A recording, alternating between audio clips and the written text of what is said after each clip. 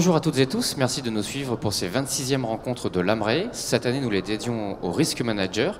C'est pour ça que je reçois Sylvie Mallet, vous êtes Risk Manager chez Bouygues Télécom. Donc le métier de Risk Manager a énormément évolué ces dernières années. Est-ce que vous pourriez nous expliquer justement quelles ont été ces évolutions ? Oui, alors j'allais dire le risk manager au départ a des fonctions de coordination des différents acteurs et il s'agit de s'assurer de la prise en compte et de la gestion des différents risques, pilotage des risques, et il évolue vers des sujets stratégiques. Donc aujourd'hui, le risk manager va se positionner sur des sujets comme le pilotage de la transformation digitale, comme le pilotage des sujets de compliance. Voilà, c'est des nouveaux sujets, des nouveaux domaines pour le risk manager.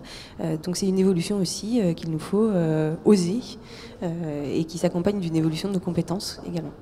Alors quand vous dites compliance, c'est par rapport à toutes les nouvelles réglementations, GDPR, loi Sapin 2, qui impactent directement son métier et ses missions.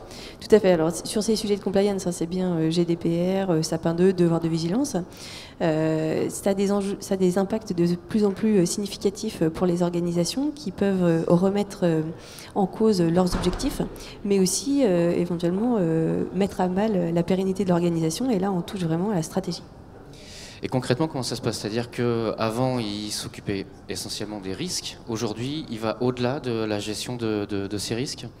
En fait, c'est complémentaire. On est toujours sur la gestion des risques, sauf qu'on avait une posture historiquement plus défensive, et que là, on passe à une posture, j'allais dire, de facilitateur du business. On est là pour conseiller les directions générales et les boards sur finalement la prise de risque.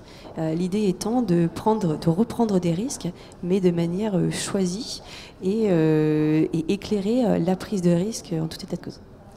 Et par rapport à loi Sapin 2, quels sont les risques auxquels l'entreprise peut-elle être confrontée?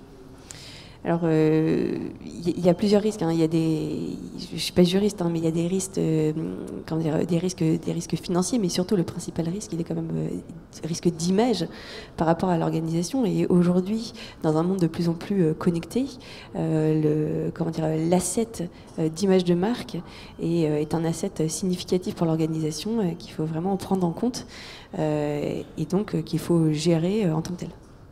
Et du coup, comment évolue le positionnement du risk manager dans la hiérarchie, s'il a un rôle un petit peu plus transversal aujourd'hui qu'auparavant? Alors, c'est au risk manager aussi d'aller chercher les sujets et de se mettre autour de la table.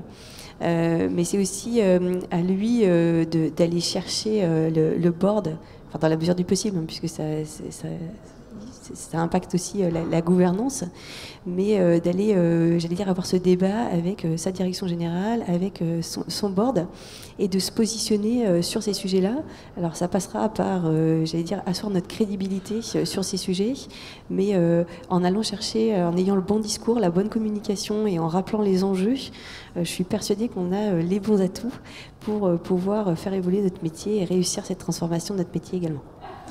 Un dernier mot sur le GDPR. Est-ce que finalement le risk manager doit quelque part être le DPO et coordonner justement toute cette data protection?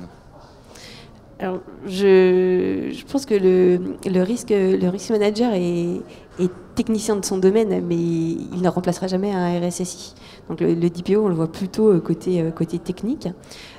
Pour autant, le risk manager a vraiment un rôle à jouer dans GDPR, au sens de coordonner, j'allais dire, les groupes de travail qui peuvent être créés à cette occasion, et pour aligner l'ensemble de l'organisation, notamment par rapport au risk appetite que l'organisation est prête à prendre sur ce sujet-là. Sachant que GDPR introduit, j'allais dire, des impacts financiers et aussi des sanctions. Donc c'est un sujet qui devient de plus en plus significatif pour les organisations. Et pour le coup, on a bien un changement de paradigme, hein, de la soft law à la hard law du législateur qui est à prendre en compte. Donc je vois plutôt le rôle du risk manager en coordinateur et pour s'assurer que la culture de risque est partagée plutôt qu'en DPO. Sylvie Mallet, merci. Je vous rappelle que vous pouvez retrouver toutes nos vidéos sur News Assurance Pro.